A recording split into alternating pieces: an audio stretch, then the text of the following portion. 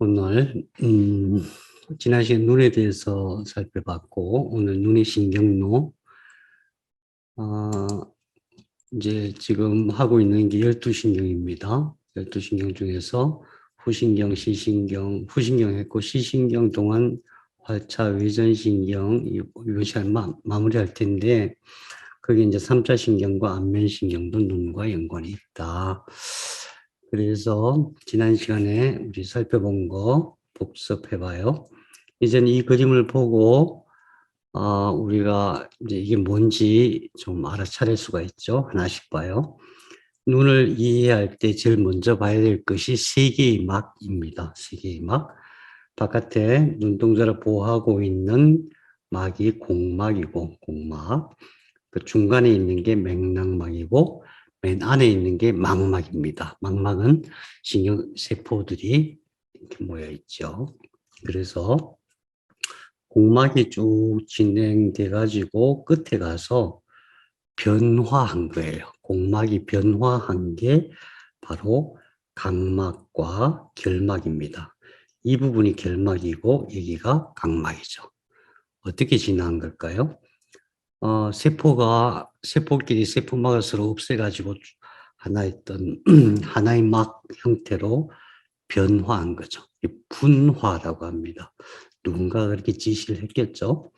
그 다음에 가운데 있는 막은 맥락막인데 맥락막이 쭉 가가지고 여기서 분화를 해서 하나는 모양체 근이 되고 하나는 홍채가 됩니다. 홍채는 카메라 조리개 역할을 하는 것이죠. 빛이 들어오고 빛의 양을 조절하는 거고 그 다음에 모양체 근은 이 수정체 렌즈를 두께를 조절해 가지고 초점을 맞추는 역할을 하죠.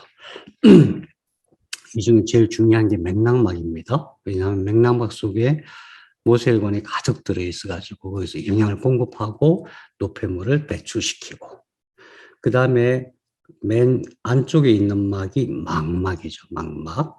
망막은 제일 중요한 게 뭐냐 하면은 망막 중에서 여기 직선으로 수평으로 쭉 가면은 이 부분에 있는 게 황반인데 황반은 약 5.5mm 너비고 그 안에 황반 안에 중심와라는 게 있다. 중심와. 그걸 약 1.5mm. 그 중심와에서 이렇게 초점을 맞추는 거다. 그래서 중심와에 있는 세포와 나머지 망막에 있는 세포가 다른 세포다. 중심와에서 빛을 구분하는 거고 나머지 세포는 그냥 빛을 받아들이는 역할만 한다. 그리고 또 중요한 게 눈 건강을 위해서 또 중요한 게 세 개의 샘이 있는데 세 개의 샘 중에서 우리가 잘 알고 있는 게 눈물샘. 그 다음에 정말 더 중요한 게 여기 있는 방수. 여기 모양체 근과 홍채 사이에 있는 방이 하나 있고 거기서 각막 사이에 또 큰 방이 있고 전방, 후방이라 그래요.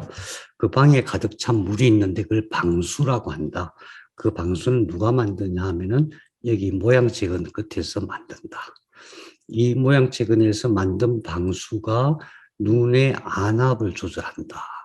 그래서 이 방수가 잘 빠져나가야 되는데 여기에 보면은 슐렘관이라고 관이 있어요. 눈물샘에서도 코로 빠져나가고 또 방수에서도 슐렘관으로 슐렘관을 거쳐서 코로 빠져나가고 그것이 눈물샘보다 훨씬 중요한 게 방수다. 그 다음에 또 한 가지 샘이 있는데 이 눈꺼풀 안쪽에 마이봄샘이라는 게 있다. 그 마이봄샘에서는 물이 나오는 게 아니라 기름이 나와서 윤활유 역할을 한다. 그래서 눈물샘, 그 다음에 방수, 마이봄샘 이 세 가지 샘에서 나오는 것들이 소독도 하고 또 윤활유 역할도 하고 상처가 안 나게도 하고 불순물도 씻어내고 맥락막 다음으로 중요한 게 이 세 가지 샘이다. 이 세 가지 샘은 누가 관리하느냐? 누가 관리할까요? 세 가지 셈은, 네, 세 가지 셈은, 얼굴에 있는 모든 셈은 안면신경이 관리를 해요. 안면신경. 거기까지 했고, 그 다음에 이 눈동자를 움직이는 근육이 6개가 있는데, 아래 위로, 상직근, 하직근, 양옆으로, 외전근, 내전근, 내측 직근, 외측 직근, 그 다음에 위에서 옆으로 상사근, 밑에서 옆으로 하사근. 그래서 6개의 근육이 눈동자를 움직이는데 그 중에서 6개 중에서 상사근은 활차신경이라는 것이 관리해요. 상사근 옆으로. 그 다음에 바깥으로 당기는 것은 외전신경이 관리를 해요. 나머지는 모조리 동안신경이 관리를 해요. 사실 활차신경하고 외전신경은 별거 아닌데, 눈동자를 관리하는 최고 중요한 것은, 동안신경이다. 동안신경이 튼튼해야 된다. 그럼 여기서 생각해 볼 수 있죠? 어떻게 동안신경을 튼튼하게 하지? 동안신경은 이 밑에 속에 들어가 있는데, 신경은 근육을 움직이죠? 그럼 어떻게 하면 활성화될까요?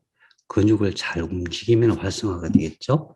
나중에 한번 더 살펴보기로 하고요.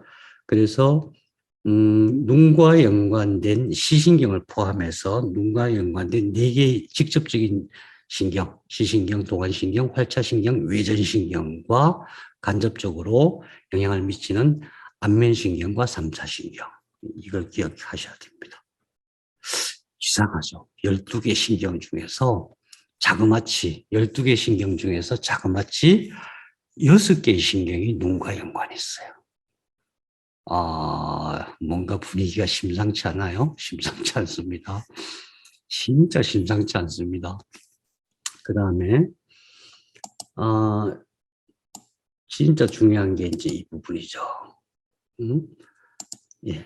우리 이제 안과 가서 사진 지금 이 사진 나오죠?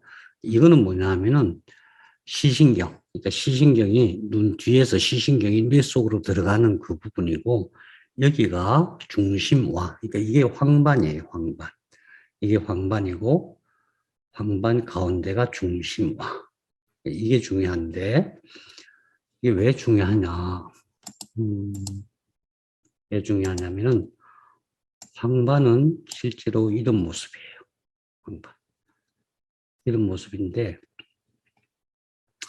우리 제일 겁나는 병이 황반변성, 망막박리 그런 것들이잖아요. 망막박리는 뭐, 망막 문제니까 사실은 망막박리보다도 황반변성이 제일 중요해요. 노안도 사실은 이 문제예요. 노안도. 근데 제일 중요한 건 뭐냐면은 중요한 사실은 여기에 이게 1.5mm인데 중심화, 포비아라고 하는데 여기에 원추세포가 600만 개가 있다. 그 원추세포가 빛을 받아들여서 색깔과 그 모양을 감지를 한다. 그 다음에 여기를 제외한 나머지에는 전부 막대세포가 있다. 막대세포는 1억 2천만 개가 있다. 그래서 아니 600만 개로 빛을 받아들여서 우리가 보는 것이라면은 나머지 1억 2천만 개는 도대체 무슨 일을 하는 걸까? 이게 아주 비밀이에요. 아주 놀라운 지식이에요. 그래서 거기까지 우리가 했어요. 자, 그 다음에 그럼 눈이 양쪽 눈동자가 초점을 맞춘다 그랬죠. 초점을 일초에 몇 번? 일초에 10번 떨려요. 10번. 그걸 주로 누가? 네, 동안신경이 주로 관리를 하죠. 그래서 초점을 맞추면은 이걸 바라본단 말이에요. 여기를 바라보기 위해서 두 눈동자가 여기 포비아 중심 Y에서 초점을 맞춰 계속 조절하는 거예요. 계속 조절하면서 맞추면은 이것을 보는 거예요. 이것을. 그러면 초점 맞춤 부분을 제외한 나머지는 뭐냐? 이게 전부 한 80도 정도 되는데 80도 각도에서 초점을 맞추는 일정 지역을 제외한 나머지는 사실은 보는 게 아니에요. 왜냐하면 중심화에서 벗어나잖아요. 중심화에서 벗어나는 것은 그 모양과 색채와 질감이나 이런 걸 분별하는 것을 감지하는 원추세포가 아니고 막대세포거든요. 막대세포만 가지고는 볼 수가 없어요. 그냥 흐릿해요. 막대세포만 가지고 본다면. 그러면 이 초점을 제외한 나머지는 뭐냐면은 그냥 뇌가 해석한다. 채워넣기라고 해요. 채워넣기. 뇌가 해석한다. 실제로 우리가 본다고 하는 것도 전부 뇌가 해석하는 거예요. 그래서 초점을 맞춘 것은 우리가 그것을 해석해가지고 기억과 느낌과 감정까지 이끌어내요. 그리고 그것을 판단해갖고 우리 행동으로 이끌어내요. 이렇게 초점을 맞추지 않은 것은 그냥 별 영향을 안 미쳐요. 더 놀라운 것은 뭐냐면은 사람이 의도적으로 한 곳에 초점을 맞추려고 해요. 자기가 보고 싶은 것만 보게 돼 있어요. 더 놀라운 것은 눈을 딱 감잖아요. 그럼 이 빛이 안 들어오잖아요. 눈을 딱 감으면은 이 초점을 맞춰서 해석하는 기능은 계속 작동을 하거든요. 나중에 보시겠지만 여기서 그 기능이 작동이 돼요. 여기서 눈을 감으면은 똑같은 작용을 해요. 그래서 자기 내면으로 초점을 맞춰요. 자기 내면으로. 우선 거기까지만. 그래서 이제 우선 시각 경로를 이해하는데 이 5가지 위치를 좀 알아야 돼요. 시신경 교차라고 들어보셨어요? 시신경이 좌우에서 이렇게 교차가 돼요. 뇌 속으로 들어가는데 눈이 여기 있으면은 이게 이 뒤에까지 가거든요. 신경이 뒤로 가는데 중간에 여기서 교차가 돼요. 그것을 시신경 교차, 옵틱 키아스마라고 해요. 옵틱 키아스마. 이게 왜 중요하냐? 옵틱 키아스마 바로 위에 우리 지난번에 한번 기억하실지 모르겠다. 시교차 상핵이란 게 있다. 혹시 기억나십니까? 우리 예전에 공부할 때에 우리 몸에 생체 시계가 있다. 시간을 관리한다. 그 생체 시계가 바로 시교차 상핵이다. 이런 말씀을 드린 적이 있어요. 제가 이 그림 자세히 설명하면서 말씀드리지 않았기 때문에 기억을 하신다는 것은 그분이 천재이거나 뭐 과외를 하셨거나 특별하신 거예요. 기억을 못 하시는 게 너무나 당연합니다. 그런데 이제 기억하셔야 돼요. 시교차 상핵이라는 게 있어가지고 이것이 자 보세요. 여기가 교차가 되잖아요. 눈에서 신호가 빛이 들어오면은 여기서 교차가 되는데 교차대 뒤가 가는데 여기를 거쳐서 가요. 그래갖고 여기서 몸의 생체 시계를 관리해요. 몸의 생체 시계를. 시교차 상핵이라는 게 있다까지만 기억하시고 그 다음에 이건 교차하는 거. 자, 교차하는 것도 어떻게 교차하냐면은 왼쪽 눈에서 오른쪽으로 가는 게 하나 있고 그냥 같은 방향으로 가는 게 있어요. 반대 방향으로 가는 게 신경가지로 따지면 60%가 반대로 가요. 그리고 40%는 같은 방향으로 가요. 이쪽도 마찬가지죠. 같은 방향으로 40%, 반대 방향으로 60%.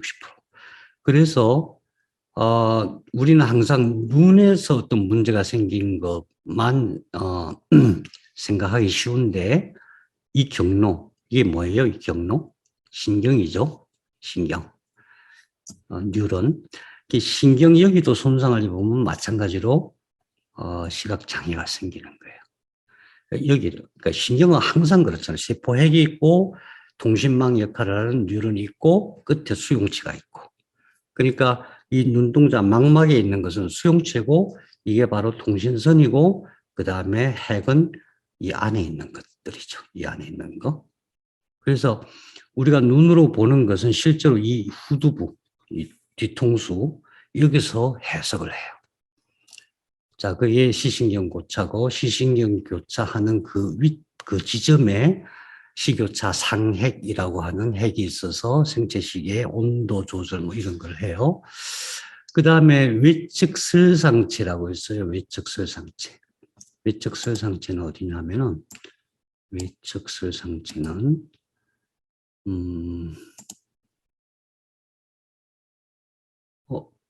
이게 안 나온다.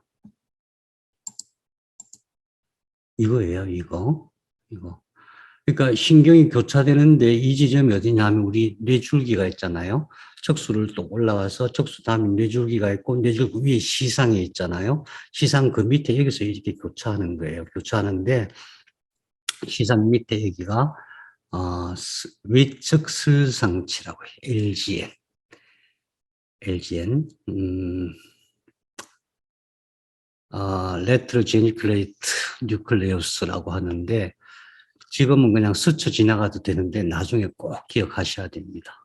우리가 의식을 이해할 때 굉장히 중요합니다. 의식을 이해할 때. 근데 이게 왜 여기 위측설 상체를 왜 갑자기 제가 말씀드리냐 하면은 이쪽에서 신경이 오잖아요. 여기서 빛을 받아들여 갖고 광통신선을 타고 와가지고 여기서 후두부로 쫙 뿌려줘요. 후두부로. 이게 옵틱 레디에이션이라고 해요. 그래요. 이 후두부로 뿌려주는 이 신경다발이에요. 광통신선. 우리, 인터넷 연결할 때 광통신선 몇 개 들어와요? 광통신선 되게 얇은 거 하나 들어오잖아요.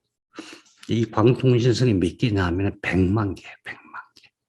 이 한쪽 광통신선이 100만 개예요. 어마어마하게 많은 것들이 들어와요. 그래서 눈에서부터 시작해갖고 여기까지 들어오는데 0.05초가 걸려요. 0.05초.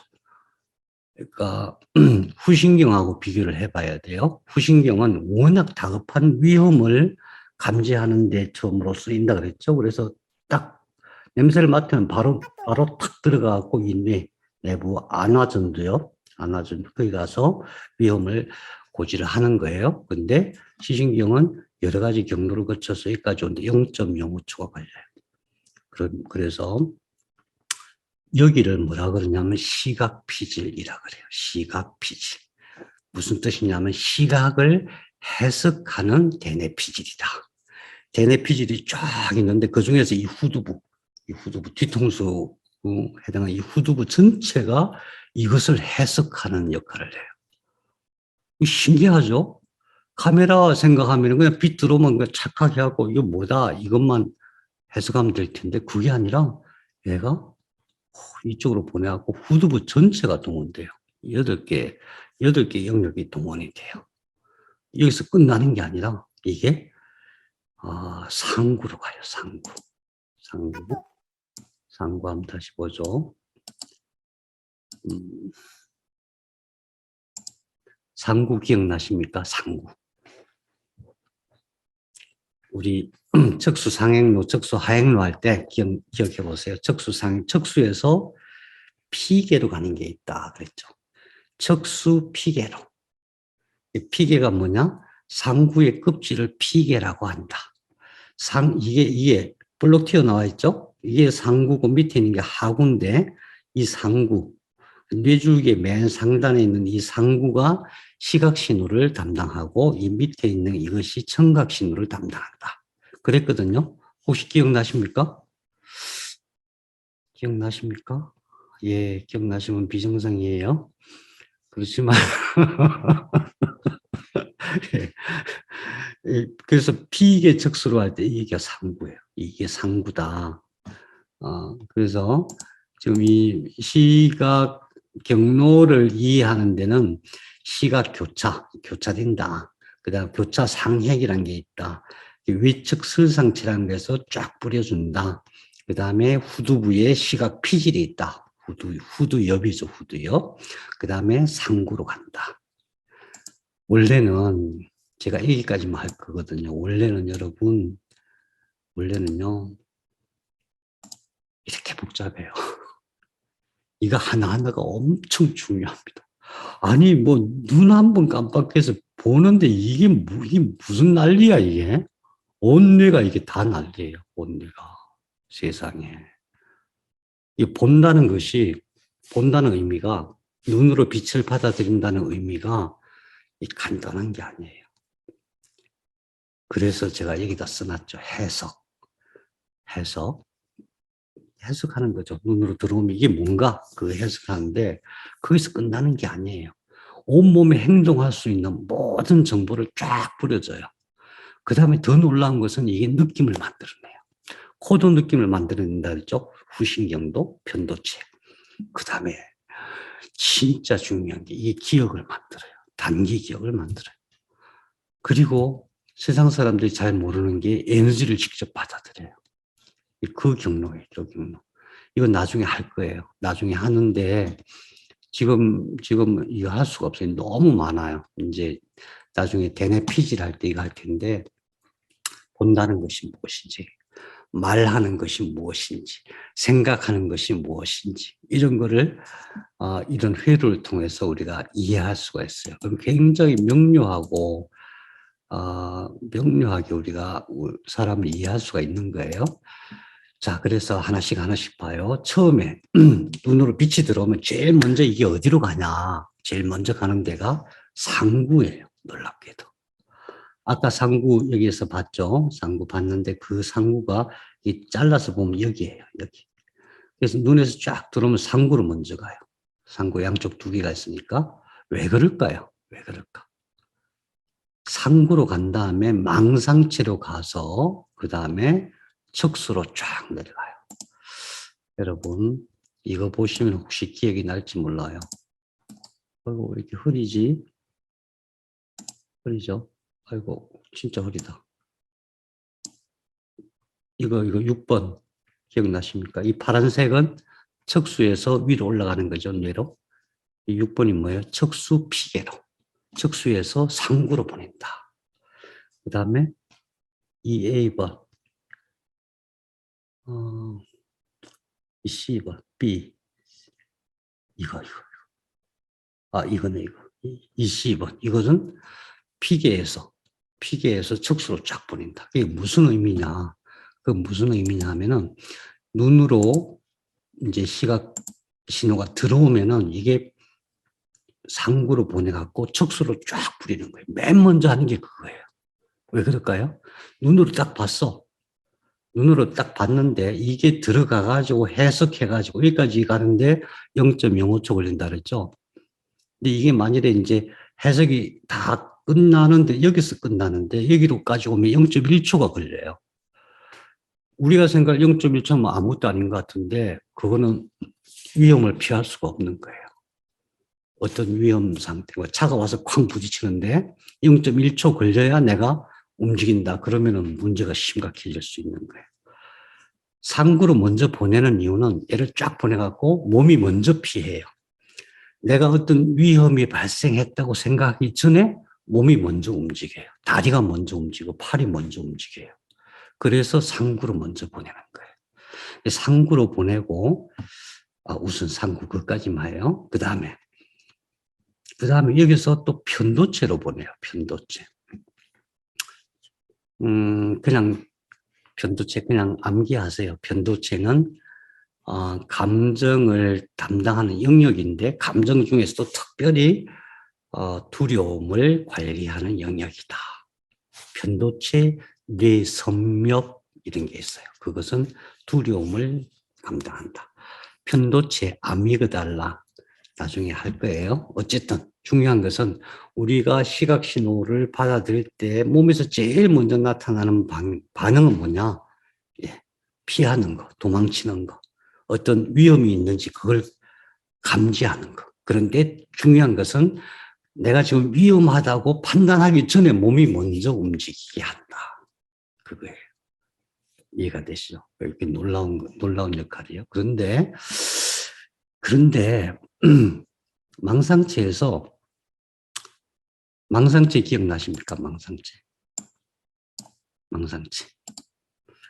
망상체 절대 잊어먹으면 안 된다고 제가 신신당부를 했었는데. 우리 우리 이 부분 이제 사실 이 안에 있는 12개의 신경을 지금 공부하고 있는 거거든요. 그중에서 지금 여기 표시는 안 돼 있어요. 근데 이 안에 가득 채우고 있는 게 있어요. 그것을 망상치라고 해요. 어렸을 때부터 우리가 억압을 받지 말아야 될 것은 이 망상체가 억압을 당하면은 의식이 자라지를 못해요. 그런 말씀 드렸잖아요. 어떤 신호가 오는데 그 신호를 똑같은 신호면은 똑같은 감각이면 그냥 거기서 다 차단해버려요. 그냥 머리까지 안 올려보내요. 척수에서 끝내라. 근데 그것이 새로운 신호거나 특별한 신호면 여기서 이렇게 올려보내야 돼요. 근데 하지 마 하면 여기서 올려보내려고 그러다가 못 올려보내고 결국은 아무것도 못하는 사람이 돼요. 그런 시기예요. 망상체가 하는 일이 굉장히 많이 있어요. 굉장히 신비로워요. 다만 중요한 것은 이게 얼마나 예민한지, 여기 뭔가 망상체, 이 안에 가득 채우고 있는 망상체가 뭐가 탁 닿으면 즉사예요. 즉사예요. 옛날에 청나라 시대 때 그 영화 나오는 게 있는데, 여기 장침 가지고 여기 뒤에서 이렇게 푹 찔러갖고 사람을 죽이는 그런 거 있어요. 아무튼 망상체가 이 안에 가득 있다. 망상체가 엄청 중요한 거다. 그런 말씀을 지난번에 우리 드린 적이 있는데, 아무튼 이게 망상체가 이런 식으로 들어가 있어요. 이 초록색이에요. 초록색. 근데 망상체 안에 뭐가 있어요? 솔기핵. 기억납니까? 솔기핵? 솔기핵 위에 뭐가 있어요? 적핵 있죠. 적핵. 아직 모르셔도 돼요. 나중에 다시 할 거니까. 적핵 옆에 뭐가 있어요? 적핵 옆에 흑질 있죠. 흑질이 뭐예요? 흑질은 도파민을 만들어요. 도파민을 만들어요. 그리고 이 적핵 밑에 이거 솔기핵은 뭘 만들어요? 세로토닌을 만들어요. 세로토닌. 저는 도파민보다 세로토닌이 더 중요하다고 말씀드렸잖아요. 우리의 삶 속에서 평소에 우리의 만족감, 또 행복감, 기쁨, 이거 전부 세로토닌 때문에 세로토닌이 부족하면 그게 없어져요. 그러니까 뭔가 그냥 하기 싫어도 그렇게 참고 하는 수밖에 없어요. 그죠? 그래서 세로토닌 부족하면 반드시 우울증으로 가요. 이게 이 안에 있는 거예요. 그래서 시각 신호가 오면은 상구를 통해서 망상체를 거쳐서 쫙 내려보내요. 상구를 통해서 망상체를 거쳐서 온몸으로 쫙 보내요. 망상체를 통과한다는 건 어떤 의미냐 하면은 이게 필요한 신호냐 이걸 판단해요. 필요하지 않은 신호를 걸러줘요. 예를 들어서 이렇게 가는데 그냥 뭐 사람들 평화롭게 왔다 갔다 해요. 그럼 그 밑으로까지 안 내려보내요. 다리로까지 안 내려보내요. 근데 보니까 이게 엄청 위험한 신호야. 차가 달려오고 있어. 뭐 돌멩이가 날아와. 그럼 몸을 확 피해야 되죠. 생각 안 하고 피해요. 생각까지 가기 전에 몸이 먼저 움직이게 하는 게 그런 판단을 하는 데가 망상치다. 놀랍죠? 놀라운 얘기죠? 다시 말해서 시각 신호가 그러니까 뭔가 이렇게 나이 들어서 뭐 잘 못하는 사람 있잖아요. 당연히 뭐 이렇게 해야 되는데 계단을 못 내려간다든가 또는 뭐 이렇게 제대로 보행을 못한다든가 하는 것도 전부 이 경로하고 연관이 있어요. 다시 말하면은 이 시각 경로를 튼튼하게 하면은 그런 일이 없다는 얘기예요. 시각 경로. 네.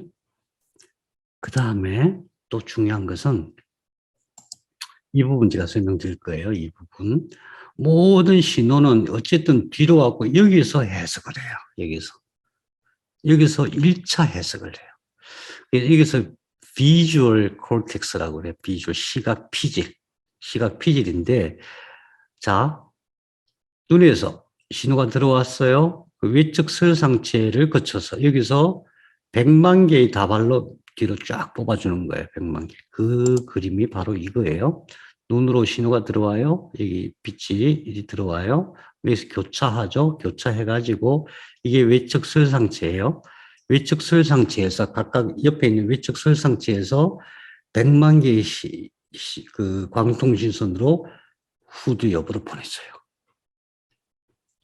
이것만 봐서 잘 모르겠죠. 간단하게 박문호 선생님 강좌 중에서 이 케이스 갖고 제가 갖고 왔어요. 눈이 있어요. 눈에서 여기서 교차하죠. 시교차 상핵이 있고, 시교차 상핵은 절대 잊어먹으면 안 되면 LGN. 시교차 상핵 밑에 시상 하부가 있어요. 같이 있어요. 생체 시계 역할도 하지만 온몸의 생리작용을 사실은 그 명령하는 물질들을 만들어내요. 어쨌든 이게 굉장히 중요한데 그것이 우리가 눈으로 받아들이는 빛하고 연관이 있다는 것을 기억하시기 바랍니다. 어쨌든 이게 와고 양쪽 옆에 외측 설상체로 가면 여기서 100만 개의 광통신선을 가지고 후드 옆으로 다 보내요. 그 V1 영역, 후드 옆에 V1 영역, V2 영역, V3 영역, V3A 영역, V4 영역. 이거 MT를 V5 영역이라고 해요. V7, V8, LO 영역. 엄청 복잡해요. 이게 무슨 뜻이냐면은 신호가 들어오면은 그냥 이거 무슨 색깔이네 이렇게 거치는 게 아니에요. 색깔은 따로, 그 모양은 따로, 또 그 재질 따로, 그런 거 다 따로따로 이렇게 각 영역별로 그것을 해석을 해요. 자, 해석을 해요. 근데 해석을 하는데 이런 경우가 있었어요. 어떤 분이 저한테 지난주에 질문을 하셨어요. 눈이 그렇게 중요한데 시력을 잃은 사람들은 그럼 어떡하냐, 어떻게 사냐. 시력을 잃었다는 건 무슨 뜻이에요? 시력을 잃은 분들은 이제 잘 아시겠지만은 완전히 깜깜한 게 아니에요. 아주 흐릿해요. 무슨 얘기예요? 흐릿하다는 얘기는 이 눈으로 빛이 들어오는데 중심와라고 하는 그쪽 부분이 망가진 거거든요. 중심와 세포가, 원추 세포가 몇 개? 600만 개. 그쪽이 망가진 거예요. 그쪽이 많이 망가지면 아주 많이 흐릿하고, 그쪽이 절반 정도 망가지면 그냥 조금 보이고 뭐 이런 형태거든요. 그럼 그 다 망가졌다. 그래도 흐릿해요. 그게 뭐냐 하면은 1억 2천만 개의 막대세포가 쫙 있어요. 눈동자에는. 1억 2천만 개의 막대세포가 받아들이는 빛으로 흐릿하게, 형체도 제대로 구분이 잘 안 되지만 흐릿하게 인식을 해요. 다시 말하면은 시력을 잃었다 하더라도 빛은 받아들여요. 이해가 되시죠? 그러면은 여기 이제 청신경을 해석하는 영역들이 있는데 이 영역들이 쫙 커져갖고 여기까지 침범을 해요. 청신경으로 보이지 않는데 그것을 해석하는 역할을 해요. 소리로 듣고 그 모양을 해석해요. 자, 또 한 가지. 어떤 사람이 있었어요. 시력을 완전히 잃었어요. 근데 이 사람이 보는 거예요.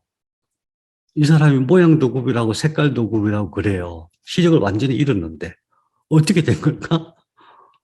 예, 이게 제대로 작동하는 거예요. 이게. 그러니까 그거는 아주 특별한 경우죠. 특별한 경우지만 어쨌든 간에 우리가 본다고 하는 것은 무엇인가를 보고 그걸 해석하는 거예요. 그것을 해석하는 거다. 그래서 그걸 우리가 이해를 해야 돼요. 우리는 보지 않아도 해석을 할 수 있다. 보지 않아도 해석하는 걸 뭐라 그래요? 보지 않았는데 보여. 눈을 감았는데 보여. 빛으로 보지 않았는데 보여. 그걸 환각이라고 해요. 환각. 그래서 환각이라는 개념이 막연한 어떤 엉터리 내지는 거짓말 이런 게 아니고 실제로 보지 않았는데 뇌가 해석을 할 수가 있어요. 이미지를 그려낼 수가 있어요. 그래서 이 그려낸 이미지가 여기서 그려져서 어디로 가냐 하면 여기서 외측두엽으로 가요. 이쪽으로. 그래서 여기서 최종적으로 해석을 마무리해요. 그래서 그것을 왓 경로라고 해요. 왓 경로. 여기서 이렇게 가는 것을 왓 경로. 그럼 이걸로 끝이냐? 이걸로 끝이면 얼마나 우리가 간단한지 몰라요. 아주 간단한데 그게 아니라 이게 이리 가가지고 나중에 여기까지 가요. 이게 뭐예요? 안와 전두엽. 여기까지 판단, 감정. 그래서 여기서 해석된 것이 이리 가가지고 여기까지 가요. 우리가 본다고 하는 것은 여기서 편도로 가고 이제 감정 느낌 생긴다 그랬죠. 이리 쭉 가가지고 해석해가지고 판단을 할 수 있는 느낌을 만들어요. 지난 시간에 그 말씀 드렸어요.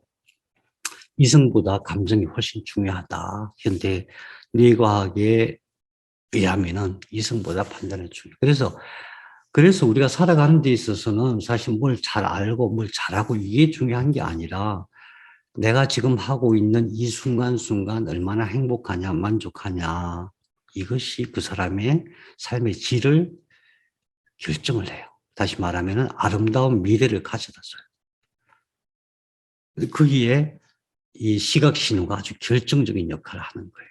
그래서 여기가 신호가 잘 전달되고 잘 해석되고 소통이 잘 되면은 어떤 일이 벌어지냐 하면은 느낌이 풍부한 사람이 돼요. 감성이 풍부한 사람이 돼요. 누가 뭐라 그러면 얼굴이 확 펴지면서 그렇군요. 너무 좋네요. 뭐 이런 사람이 있는 반면에 누가 그래도 그냥 그리고 화만 내고 주로 화만 내죠. 그런 사람. 왜 그러냐면 이쪽이 망가져서 그래요. 안화전전두엽. 이제 안화전전두엽을 갖다가 배외측 전전두엽이라고 하는 우리 뇌 중에 뇌가 있어요. 거기서 판단하는데 안 좋은 느낌일 때 제대로 된 판단을 못 해요. 꼭 이상한 판단을 해요. 잘못된 판단을 해요. 중요한 것은 잘못된 판단을 해요. 사업을 하는 사람이 감성이 너무 모자라거나 어떤 느낌이 없는 그런 삶을 사는 사람이면은 절대 옳은 판단을 못 해요.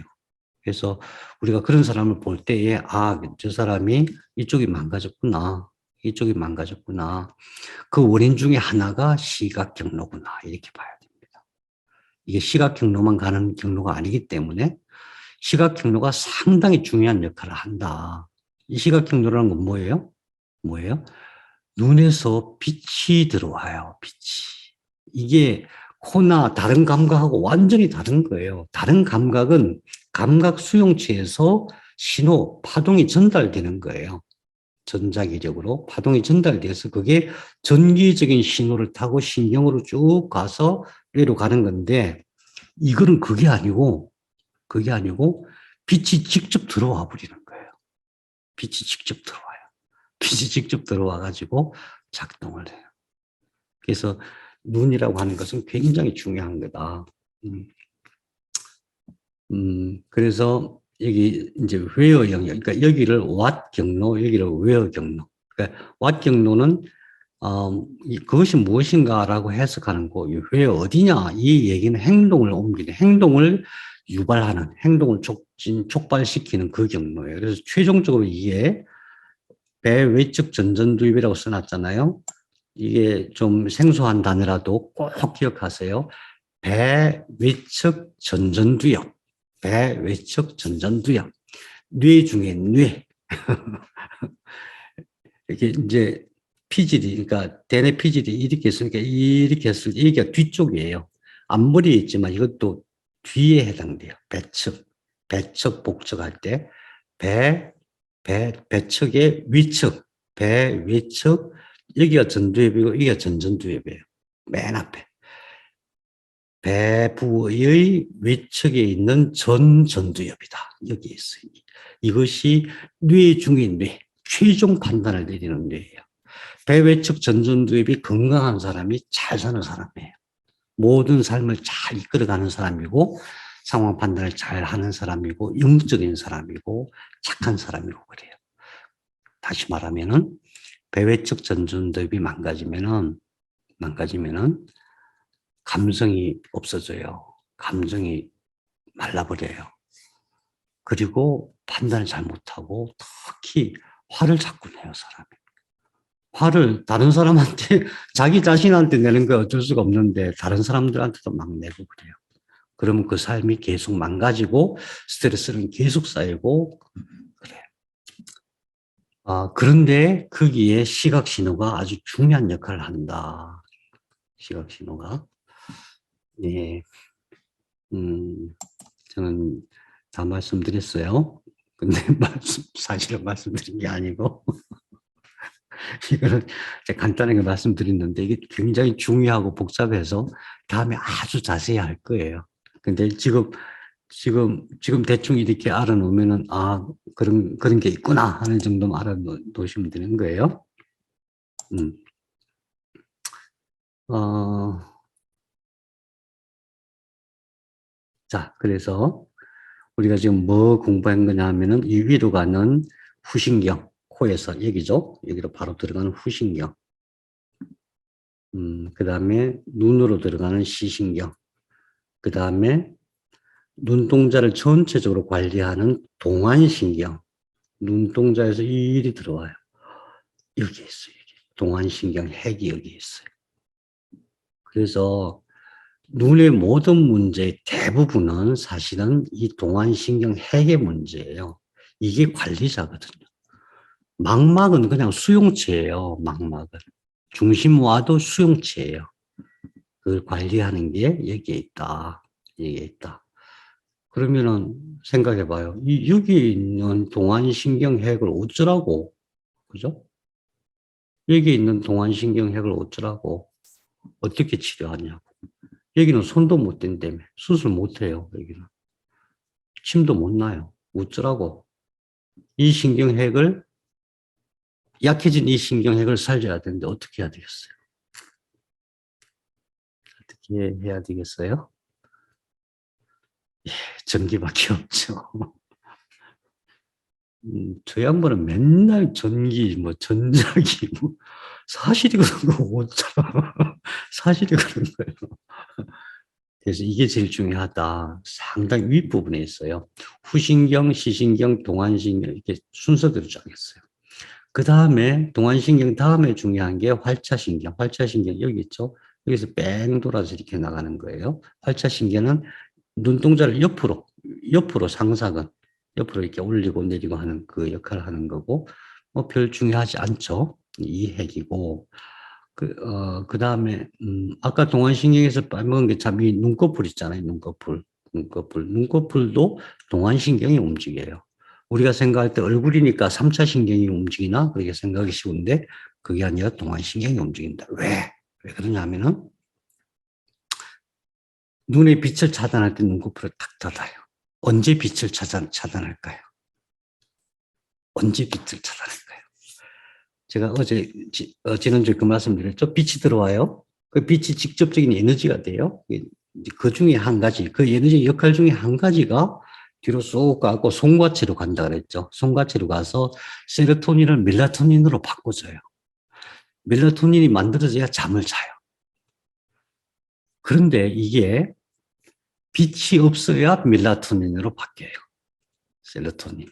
빛이 없어요. 그러니까 눈꺼풀 딱 닫아갖고 빛을 차단해야만 밤에 그 세로토닌이 멜라토닌을 바꿔서 잠이 오는 거예요.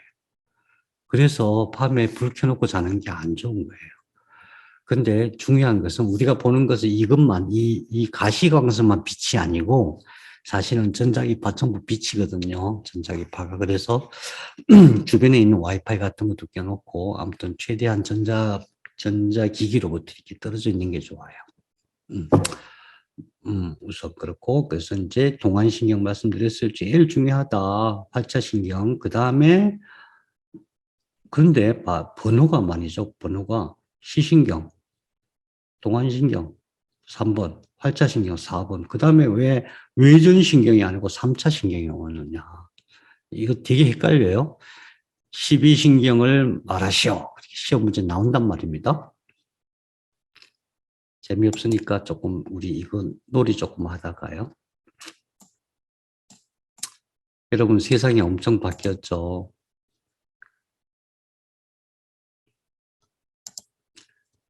음,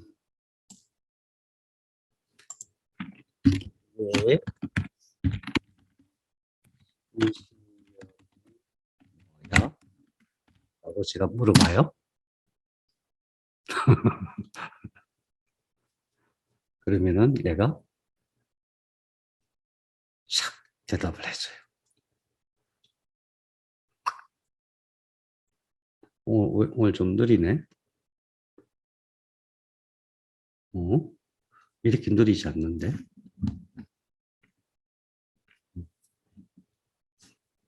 뇌12신경은 인간의 두뇌의 좌뇌와 우뇌 각각 12개 뇌신경상에 있습니다. 2단 뇌신경, 운동신경, 감각신경, 혼합신경, 부경함신경 구성됩니다. 이들은 우리 신체 감각기관과 운동장애경을 주관하며 부경함두하고 영어로는 크레이니얼 너브라고 하며 1번 후신경, 2번 시각신경, 3번 눈돌림신경, 4번 도르래신경, 5번 3차 신경, 6번 갓돌림신경, 7죠. 이게 뭐예요? 예, GPT-4입니다. GPT-4. 챗 GPT는 오류가 많았잖아요. GPT-4. 여러분, 빙이라고 아시죠? 빙. 이게 뭐지? 빙이, 이게 뭐냐. 여기 보면 이게 위젯인가? 엣지네. 엣지를 이렇게 키면은 이 위에 빙이 표시가 돼요. 이걸 누르면은 이래요. 그래갖고 답을 다 해줘요. 뭘 또 물어봐요. 충북 영동군에 있는 마을이라고 아니? 물어봐요. 뭐라고 답을 하는지 봐요.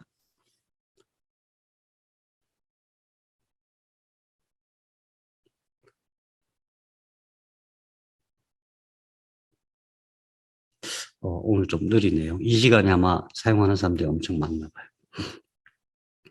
영동군에 일린마을이라는 이름의 마을이 있습니다. 이곳은 생명과 자연이 살아 숨쉬는 곳으로 와 대박 힘들고 지친 몸 치유가 되며 몸의 건강은 마음의 행복과 기쁨이여 라고 합니다. 얘가 도청을 하고 있었나 봐. 도청을. 이게 어떻게 하는 거예요? 대전 진성교회 이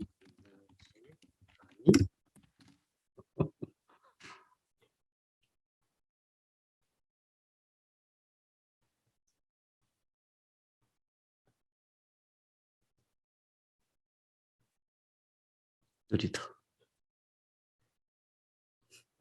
제가 왜 이걸 말씀드리냐면은 원래 챗 GPT가 나왔잖아요. 그건 되게 부정확했어요.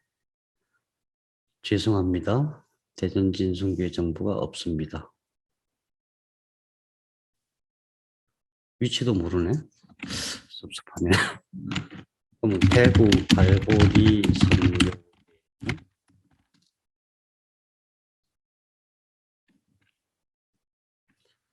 제가 이걸 왜 말씀드리냐면은 이게 GTP4거든요. GTP4. 이게 GTP4인데 이게 요 한 달 사이에 엄청난 변화가 있었어요. 한 달 사이에.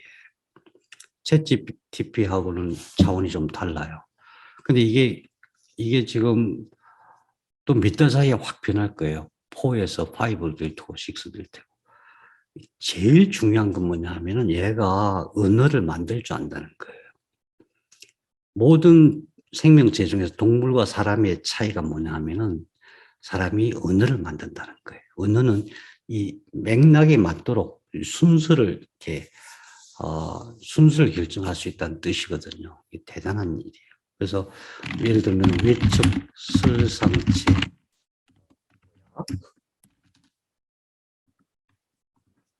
의아라고 제대로 된 문장이 아닌데도 다 인식을 해요. 더 놀라운 것은 쭉 쓰고 나서 이거를 영어로 해석해 줄래? 영어로 번역해 줄래? 번역 쫙 해줘.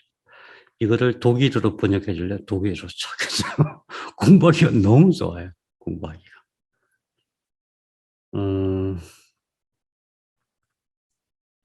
근데 이제 조금 있으면 아마 그림하고 영상, 뭐 그림도 같이 자료가 나올 것 같아요. 그래서 세상이 엄청 변하고 있습니다.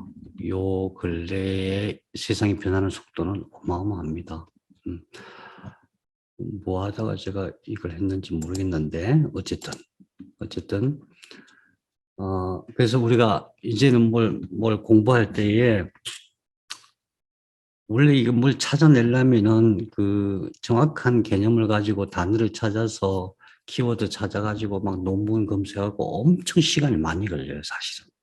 뭔가 하나를, 어, 특히나 잘 알려지지 않은 사실을 가지고 공부할 때 엄청 힘들어요. 그런데 얘한테 하면 얘가 전 세계에 있는 자료를 다 모아가지고 순식간에 쫙 이렇게 펼쳐져요. 그것만 검증하면 돼요. 그게 얼마나 공부하기 좋은지 몰라요. 어쨌든 우리가 지금 공부하는 건 뭐냐면 이 전체 중에서 후신경, 시신경, 그 다음에 동안신경, 활차신경, 외전신경. 외전신경이 어디 갔나? 외전신경 여기인데. 활차신경, 외전신경은 그냥 눈동자, 이렇게 눈동자 움직이는 근육이니까 별거 아닌데 중간에 삼차신경은 와, 엄청 커요. 엄청 커. 삼차신경. 안면신경도 그래요.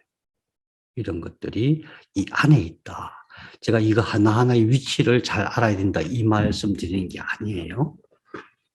중요한 것은 세포는 항상 제가 반복해서 말씀드리지만 세포는 세포핵이 있고 세포체. 세포핵이라고 하는 것은 세포체가 있고 세포체 안에 중요한 것은 핵이 있기 때문에 얘네들이 세포체가 많이 모여 있는 것들은 정보 처리를 할 수 있어요. 관리자 역할을 할 수가 있어요. 굉장히 똑똑한 놈들이에요. 막 수백만 개 이렇게 모여 있어요. 그리고 이게 광통신선으로 쭉 연결되어 있어요. 뉴런으로. 그리고 끝에 수용체가 있는 거예요. 우리는 항상 수용체만 생각해요. 수용체에 뭐가 문제가 생겼다, 문제가 생겼다. 그렇게 생각해요. 근육의 문제, 상체의 문제, 안에 장기의 문제, 전부 수용체 문제로만 생각해요. 그게 아니라 실제로 진짜 중요한 것은 이 안에 있는 핵의 문제다. 핵의 문제. 그래서 눈이라고 생각할 때 더 중요한 것은 눈의 고장이 왔을 때 이것은 피해자고 실제 문제는 이 안에서 문제가 생긴 거다. 현대의학이 아직까지 이 부분에 대해서 치료법을 모르고 있는 거예요. 특히 뇌 중추신경에 대해서는 어떻게 해야 될지 잘 모르고 있는 거예요. 어쨌든 현재 미래는 뭐 어떻게 되든 간에 현재 우리가 할 수 있는 방법은 뭐냐? 정기적인 방법으로 할 수 있다. 정기적인 방법으로. 자, 그런 걸 기준으로 해서 지난 시간에 말씀드린 것 외에 몇 가지만 좀 제가 말씀드릴게요. 우선 우리가 잘 안 하는 게 뭐냐면 눈동자예요. 눈동자. 자, 눈동자 구성이 어떻게 됐어요? 상지껏 위로, 아래로, 위측, 내측. 그러면은 위로, 아래로, 바깥으로, 안으로 이게 움직여야 되겠죠? 예. 그 다음에 상사근, 하사근. 그래서 이분이 안과 의사신데 눈 운동하는 것을 어디 방송에 나와서 얘기를 하셨더라고요. 지금 한 운동은 눈 속의 근육을 운동한 거고요. 잠깐 들어보기로. 둘러싸고 있는 6개의 근육이 있습니다. 네. 우리가 왜 스트레칭 하잖아요. 네. 왜 그 눈 주위에 있는 근육은 스트레칭을 안 해주십니까? 자, 같이 한번 스트레칭을 해보도록 하겠습니다. 손가락을 이렇게 모으고요. 이 손을 따라해보기로 해요? 모읍니다. 이 처음에 왼쪽 편. 고개는 가만히 있고요. 끝까지 보세요. 볼 수 있는 데까지. 볼 수 있는 데까지 보세요. 돌려야 볼 수 있는 데까지. 10초까지 볼 수 있는, 고개는 돌리면 안 돼요. 다시 반대쪽. 오른쪽으로 갑니다. 볼 수 있는 데까지 갑니다. 볼 수 있는 데까지. 자, 다시 이제 위쪽 봅니다. 볼 수 있는 데까지. 얼굴은 가만히 있고요. 볼 수 있는 데까지. 다시 아래쪽 봅니다. 얼굴은 가만히 있고요. 눈만 움직입니다. 다음에 손을 돌려줍니다. 천천히 밑에서부터 시계 방향 쪽으로 천천히 한번 돌려주고요. 와. 크게요. 크게 돌리고요. 어우, 반대쪽으로 또 돌립니다. 이때 눈 깜빡여도 되나요, 선생님? 안 돼. 지금까지는 버티셔야 됩니다. 네, 감사합니다. 감사합니다. 이런 동작으로 눈 주위의 근육을 한번 개운하게 풀어주신 겁니다. 한 몇 회 정도, 네, 몇 회 정도 하면 될까요? 이것도 5회 정도. 네, 이걸 언제 하느냐 하면은 사실은, 아침에 일어나서 이렇게, 아침에 잠자고 일어나면은 좀 몽롱해져요. 정신이 잘 안 들어요. 그때, 제일 먼저 사실 이거 먼저 하기 전에 눈꺼풀을 먼저 움직여줘야 돼요. 눈을 이렇게 손을 비벼가지고 눈꺼풀을 대고, 비벼서 따뜻하게 해서 눈꺼풀을 대고, 이렇게 눈꺼풀을 풀어준 다음에, 그 다음에 이 동작을 하는 거예요.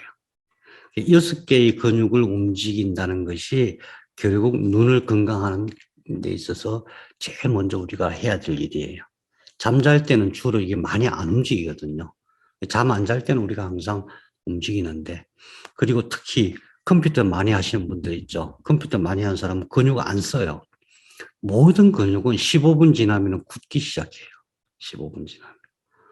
그래서 컴퓨터 막 아주, 그래서 아이들 게임하는 아이들 눈이 나빠지는 이유가 게임하는 아이들은 눈 딱 고정하고 눈이 안 움직이는 거예요. 초점만 맞추는 거지 눈동자가 안 움직여요. 그래서 이렇게 굳는 거예요. 그래서 눈동자를 움직이는 걸 해야 되고, 특히나 동안신경이 잘 작동을 하면은, 우리가 이 움직이는 이유가 근육을 뭐 움직였다 그런 뜻이 아니고 사실은 동안신경을 활성화하는 것이 첫째 목표예요. 동안신경. 평소에 늘 동안신경을 관리를 해줘서 그게 좀 활성화되면은, 동안신경이 살아있으면은 눈이 별로 병이 올 일이 없어요. 우선. 그래서 예방 차원에서는 굉장히 중요해요. 그 다음에 혈액순환 문제잖아요. 사실은 백내장도 그렇고 녹내장도 그렇고 혈액순환. 눈과 관련된 혈액순환은 뭐예요? 무슨 막이에요? 공막, 맥락막, 망막 중에서 맥락막이죠. 맥락막 안에. 거기서 무슨 역할을 해요? 맥락막. 우선 기본적으로 혈액이니까 산소를 공급하고 영양분을 공급하고, 그 다음에 그 안에 있는 불순물을 배출시키고 그런 역할을 하잖아요. 그런데 그게 이 눈 뒤에, 눈 뒷면에 이렇게 있잖아요. 이렇게 감싸고 있잖아요. 그럼 이거 어떻게 해야 돼요? 그게 안 되면은 백내장 와요. 그게 안 돼서 녹내장으로 오는 경우도 많이 있어요. 안압도 문제지만은, 그래서 혈액순환 문제를 생각할 때는 항상 그 생각을 해야 돼요. 우리 몸에 들어가 있는 혈관의 길이가 10만 킬로다. 10만 킬로. 여러분 비행기 타고 어디까지 가보셨어요? 비행기까지 저기 밴쿠버 가면은, 밴쿠버까지 가는데 몇 시간 걸려요? 비행기 타고. 11시간. 그렇죠. 저기 뭐 뉴욕까지 가면 몇 시간 걸려요? 한 16시간 걸리죠. 지구 한 바퀴 도는데 몇 시간 걸리겠어요, 그러면? 그럼 한 30시간 넘게 걸리겠죠. 10만 킬로가 얼마나 기냐면 지구 2바퀴 반이에요. 내 몸속에, 세상에, 내 몸속에 혈관이 지구 2바퀴 반 도는 그 정도 길이의 혈관이 있어요. 그래서 눈 속에도 혈관이 엄청 많은데, 이 혈관은 막힌 폐쇄 경로잖아요. 막혀 있는 거잖아요. 그리고 심장에서 계속 뿜어주는 거고, 이 혈액순환을 생각할 때 뭘 먼저 생각해야 되냐 하면은 항상 다리를 생각해야 돼요. 심장에서. 비록 눈의 혈액순환이라 하더라도 맨 먼저 생각해야 될 게 심장에서 다리로 쭉 내려갔다가 어떻게 올라와요? 저 발바닥에서 다시 올라와야 되는데 어떻게 올라오겠어요? 다리에서 올라오려면은 발바닥, 그다음에 발목, 그다음에 장단지에 있는 근육 여기서 쿡쿡 눌러줘야 돼요. 허벅지에서 쿡쿡 눌러주고, 그게 안 되면은 혈액순환이 될 수가 없어요. 그게 안 되면. 그래서 제가 그 운동을 하나 소개할게요. 보보축지라고 해요. 저는 이제 기천문 하시는 분한테 배운 건데, 원리만 우선 말로 설명하면은, 서가지고 다리를 쭉 뻗는데 너무 많이 뻗으면 안 되고, 다리를 뻗을 때 허리에서 탁 밀어서 다리를 뻗어요. 그리고 발 뒤꿈치가 딱 닿겠죠? 그 다음에 발바닥이 닿고, 그 다음에 반드시 까치발을 해야 돼요. 그 다음에 또 허리에서 밀어가지고 발꿈치, 발바닥 닿고 까치발. 이렇게 하면 돼요. 제가 한번 보이려나 모르겠다. 보이려나 뭐 제가 한번 해볼게요.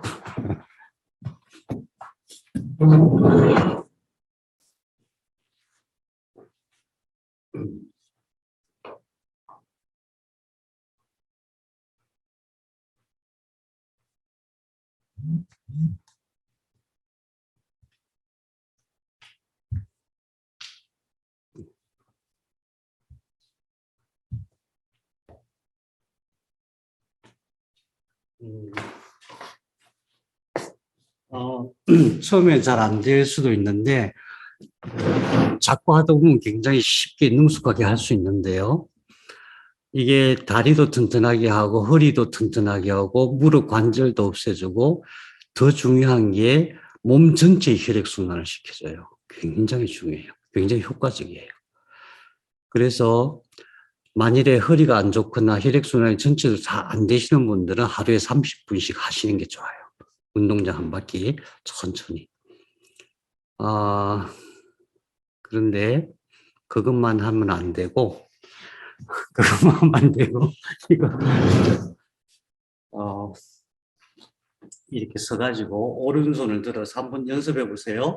오른손을 들어서 반대쪽으로, 허리를 돌리고, 오른손 내리고, 뒤따라가서 내리고, 왼손이 오른쪽으로 가요. 가서 또 돌리고, 내리고. 잘 보입니까?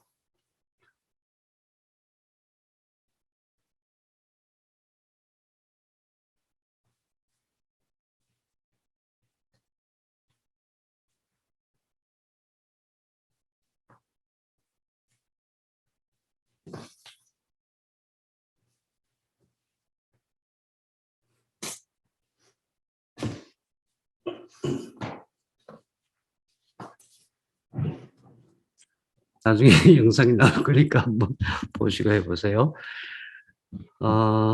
나중에 능숙해지면 보보 축지하고 이 팔 동작을 같이 하실 수가 있어요. 근데 처음에는 따로따로 하시는데, 제가 말씀드린 제가 오랫동안 했거든요. 근데 진짜 좋아요. 그래서 혈액순환은 여기만의 혈액순환이 아니다. 여기 왜 혈액이 순환이 안 되겠느냐. 몸 전체 혈액이 안 되는 거예요. 혈액순환이. 그럼 다른 데도 안 되겠죠. 뇌도 안 되겠고. 그 다음에 눈이 안 될 정도면 반드시 신장에도 무리가 가요. 신장에도. 그래서 몸의 혈액순환은 다리 문제다. 그 생각하시고. 그 다음에 그럼에도 불구하고 눈에 문제가 있는 사람들은 여기 보세요. 여기가 동자료라는 혈자리예요. 동자료. 그 다음에 여기가 정명. 동자료는 어디냐 하면은 눈에 여기 만져보세요. 여기 만지면 뼈가 있어요. 뼈의 끝 지점이에요. 여기 뭐가 있냐면 신경이 나와 있어요.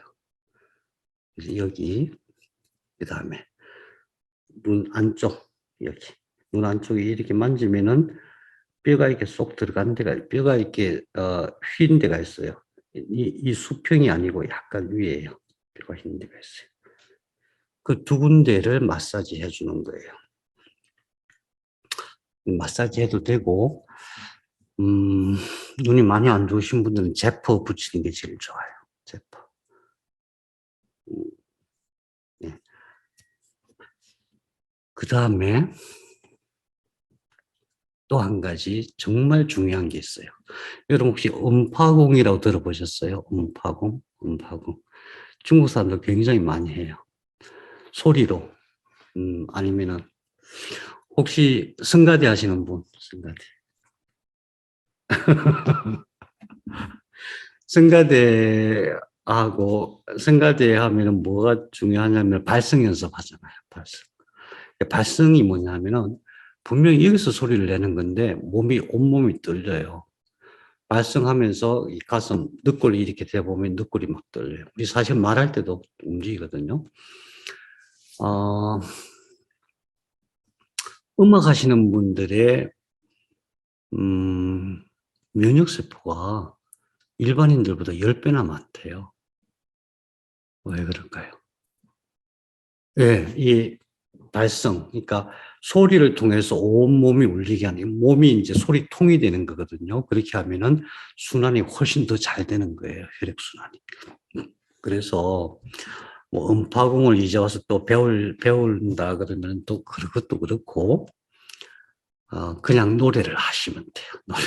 노래를 하시는데, 가능하면은, 발성, 그러니까 그 요즘 유튜브 보면은 뭐 발성법 잘 나오거든요. 이 발성하고 이렇게 해서 그 어떤 영성 공동체 가면은 전체가 모여갖고 거의 2시간씩 찬양을 해요. 떼제 공동체 같은데. 뭐 우리가 2시간까지는 못하더라도 사람들이 모이면은 무조건 모이면은 같이 노래를 불러요. 노래를 부를 때 배에 딱 힘주고 엉덩이 뒤로 딱 빼고 허리도 힘주고 그래서 몸이 울리도록 그렇게 소리를 내면 그것도 혈액순환이 굉장히 좋은데 특히 폐에 엄청 좋아요. 폐 혈액순환은 엄청 좋아요. 그래서 노래를 계속 부르면 폐에서 막 많은 것들이 나오기도 하고 그래요. 폐에 노폐물이 많은 사람들은. 그래서 이제 눈의 문제를 생각할 때는, 눈 근육을 가지고 눈병을 예방하는 거, 그 다음에 혈액순환이 잘 되게 하는 거, 그래서 몸 전체 혈액순환뿐만 아니라 눈동자 주변의 혈액순환. 그 다음에 진짜 중요한 것은 결국 시신경 핵, 그 다음에 동안신경 핵이잖아요. 뇌 문제죠, 뇌. 그래서 만일에 어떤 분이 녹내장이다 그러면은 시신경이 많이 상한 거잖아요. 이미 다 죽은 거잖아요. 신경이 죽으면 어떻게 돼요? 책에는 어떻게 되어 있냐 하면은 말초신경, 그러니까 중추신경은 뇌와 척수를 중추신경이라고 해요. 뇌와 척수를 제외한 나머지 말초신경이라고 해요. 그럼 눈에 있는 신경은 뭐예요? 눈에 있는 신경? 예, 이것도 중추신경에 속해요. 교과서는 어떻게 되냐면은 중추신경은 재생하지 않는다 이렇게 되어 있어요. 한번 상하면 절대 재생하지 않는다. 말초신경은 재생할 수가 있다는 거죠. 그게 이제 성상세포 때문에 그렇다고 이론적으로 돼 있는데 줄기세포 이론에 의하면 그렇지가 않아요. 그래서 지난 시간에도 우리가 줄기세포 얘기를 했지만은 상한세포는 뇌에서 만드는 뇌신경능 줄기세포, 뇌신경 줄기세포가 활성화될 수 있도록 해주는 거. 그 다음에 오늘 이영원 선생이 새로 만드는 기계에 뭐 이렇게 글자를 하나 붙이고 싶다 그래서 제가 이렇게 불러줬어요. 모든 것은 원자로 되어 있다. 모든 것은 원자로 되어 있고 원자는 전자기력의 바다에 떠 있다. 멋있지 않으세요? 이거 굉장히 그래서 그 말을 제가 그렇게 해놓으면 아무도 안 믿을 거잖아요. 그래서 그 이론의 기초가 되는 맥스웰 방정식이라는 게 있어요. 4가지 방정식을 옆에 같이 붙여가지고 새로 나오는 기계에 그걸 아마 붙일 거예요. 무슨 말이냐면은 우리 몸에서 일어나는 모든 변화는 전자기력의 변화예요. 이게 사실은 전자기력이라고 하는 자기장이 우리 몸 속에 가득 차 있는 거고, 그래서 정기적인 힘만이 사실은 신경을 살릴 수가 있어요. 안 믿으시겠지만. 정말 안타까워요. 그래서 어쨌든 양절유기가 굉장히 큰 도움이 돼요. 아마도 여러분 주변에 눈이 나빠졌는데 좋아진 사람은 본 적이 없을 거예요. 그죠? 시력이 뭐 0.5, 0.3 이런데 그 사람이 갑자기 1.5 되는 사람 본 적이 없을 거예요. 근데, 분명히 가능합니다. 가능한 일입니다. 그래서 우리가 일시적으로는 금방 경험해요. 양절유하고 나면은 눈이 확 뜨여요. 실제로. 그리고 양절유하고 나면은 3차 신경, 안면신경 확 살아나면서 얼굴이 반짝반짝 빛나요. 뇌가 맑아지고.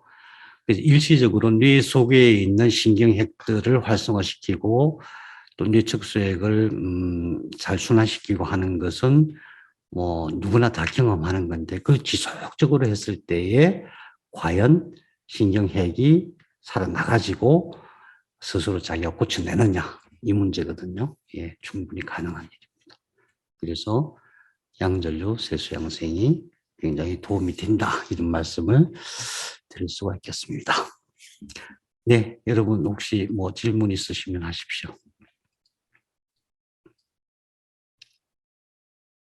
네, 질문 말씀하세요. 그 황반 변성하고 네. 망막 분리도 네. 그 양전류로 개선이 될 수 있을까요? 예, 근데 이제 그게 항상 문제예요. 황반 변성이야 당연히 수술해도 안 되거든요. 망막 박리는 그 망막 그 대개 이제 한 막대 세포들이 많이 있죠. 그쪽에 이렇게 떨어진 거예요. 이제 건식 박리가 있고 습식 박리가 있는데 사실 그것도 치료가 안 돼요. 이렇게 막 눈수건으로 수술하기도 하고 하는데 잘 안 돼요. 수술하고 나서 또 얼마나 고생하는지 몰라요. 엎드려가지고 몇 달을 지내야 되고 막 그래요. 그럼에도 불구하고 그렇게 하지 않으면 다른 방법이 없어서 이제 그렇게 하는 거거든요. 약도 안 되고. 근데 장기적으로 치료한다. 지난번에 어떤 귀 아픈 자매 자료도 봤었는데 그분도 마찬가지예요. 중이염이 심해가지고 이제 난청이 된 상태인데 유스타키오관이 막히고 그 안에 이제 뭐 불순물들이 자꾸 생기는데 아마도 제가 생각할 때는 뇌척수이 그쪽으로 흐르는 것 같아요. 뇌척수이 코로도 나오고 귀로도 나오고 그러거든요. 그러니까 이게 총체적인 문제지 어느 한 군데의 문제가 아니거든요. 우리 시간이 많이 걸려요. 그래서 지속적으로 하면 제가 볼 때는 반드시 좋아질 텐데, 예. 그래서 망막박리나 황반변성도 분명히 제가 중국에 있을 때는 한국에 와서는 뭐 제가 뭐 의사 면허가 없으니까 치료를 못한 중국에 있을 때는 녹내장이나 황반변성 많이 치료가 되었습니다. 실제로. 녹내장이 양절주로 치료된다는 건 뭐 얘기하면은 사기꾼이라 그러죠. 사기꾼이. 자료는 제가 다 갖고 있어요. 이브란스 안과에서 치료받았던 친구인데 자료도 갖고 있고 그래요. 아무튼 그 6개월 걸렸어요. 나아지는데 6개월 동안 매일 그랬습니다. 매일 했습니다. 그 친구 와서 뭐 할 게 없으니까 매일 열심히 탁 와갖고 치료받고 있는데 그런 적이 있습니다. 네, 제가 이번 주 금요일하고 토요일 날 사실은 이영환 선생님이 굉장히 고생을 많이 하는 걸 제가 옆에서 쭉 지켜봤거든요. 그래서 뭔가 제가 좀 도움이 되고 싶어서 제품 설명회를 하는데 뭐 너무 무리해서 오실 필요는 없고 평소에 아무 때나 오셔도 되니까. 근데 이제 혹시 오시면은 뭐 떡이라도 좀 해드려야 되나 그 생각하고 있습니다. 어쨌든 되게 이제 기계를 작게 만들고 신본열기도 굉장히 그 가격을 많이 다운시켰고 또 신본열기 기기 중에서 이제 그 원기 기동 그쪽 기능을 확실하게 좀 향상시켰더라고요. 그래서 혹시 시간 되시면은 오셔서 한번 설명도 들어보시고 체험도 해보시면 좋겠습니다. 혹시 오시게 되면 댓글 좀 남겨주세요. 네. 김효정 선생님, 오늘은 별명 안 쓰시고 김효정 쓰셨네? 왜 얼굴을 안 보이시고?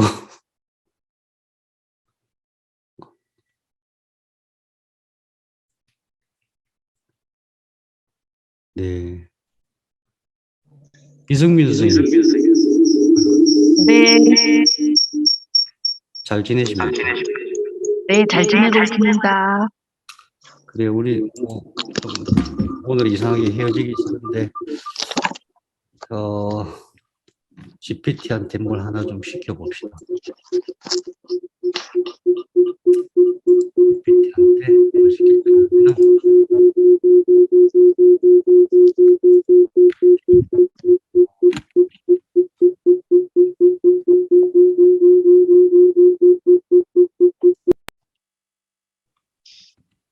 또 하고 계시를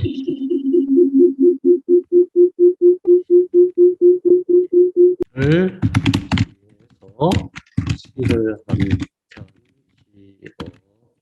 지어주세요. 얘가 시도 잘 써요. 놀라운 게 설교문 기가 막히게 잘 씁니다. 설교문. 설교문. 뭐라고? 당신의 친구들 위한 시입니다. 힘든 시간 속에서도 희망의 빛은 언제나 존재합니다. 그 빛을 따라가면 어둠은 점점 사라지고 새로운 날이 밝아옵니다. 당신의 용기와 힘으로 이겨낼 수 있습니다. 우리 모두가 당신을 응원합니다. 당신의 건강과 행복을 기원합니다. 힘든 순간에도 절대 포기하지 마세요. 당신은 강하고 용감합니다. 당신을 이겨낼 수 있습니다. 우리 모두가 당신과 함께 합니다. 당신의 치유를 위해 기도합니다. 당신이 다시 웃을 수 있도록 우리 모두가 함께 합니다. 참, 기가 막혀요. 와, 그래요. 참 이상한 세상이 되었습니다. 그래서 제가 여러분한테 권하고 싶은 공부할 때 이걸 잘 활용하십시오. 앞으로는 뭘 많이 아는 게 중요한 게 아니고 어떻게 질문을 잘 하느냐가 중요합니다. GTP4를 가지고 얼마나 질문을 잘하느냐, 이것이 공부하는데 공부 잘하는 방법입니다. 혹시 여러분 세계에서 제일 유명한 대학교가 어딘지 아십니까? 세계 제1위, 학자들이 꼽는 세계 세계 제일 좋은 대학교, 미네르바 대학입니다. 미네르바 대학이라고 들어보셨어요? 벌써 10년째 세계 1위를 하고 있습니다. 하버드 대학, 케임브리지가 아니에요. 미네르바 대학입니다. 미네르바 대학은 대학교 건물도 없습니다. 다만 한 학기에 한 번씩 세계 각지에서 모여가지고 토론하고, 그런데 거기서 공부한 학생들이 제일 우수한 학생들이라고 그래요. 세상이 엄청 변하고 있습니다. 돈 버는 일도 엄청 변화가 있고 마찬가지로 치료도 그래요. 앞으로 우리는 세상이 그렇게 바뀔 거예요. 지식인과 비지식인, 공부하는 사람과 공부하지 않는 사람으로 구분이 되는 그런 이상한 세상이 올 것 같아요. 그래요. 우리는 이렇게 서로 모여서 서로 이렇게 소통하면서 대화하면서 할 수 있어서 너무 감사합니다. 예, 우리 또 다음 주에 뵙겠습니다. 여러분 좋은 밤 되세요. 감사합니다. 감사합니다. 감사합니다. 감사합니다. 네, 감사합니다.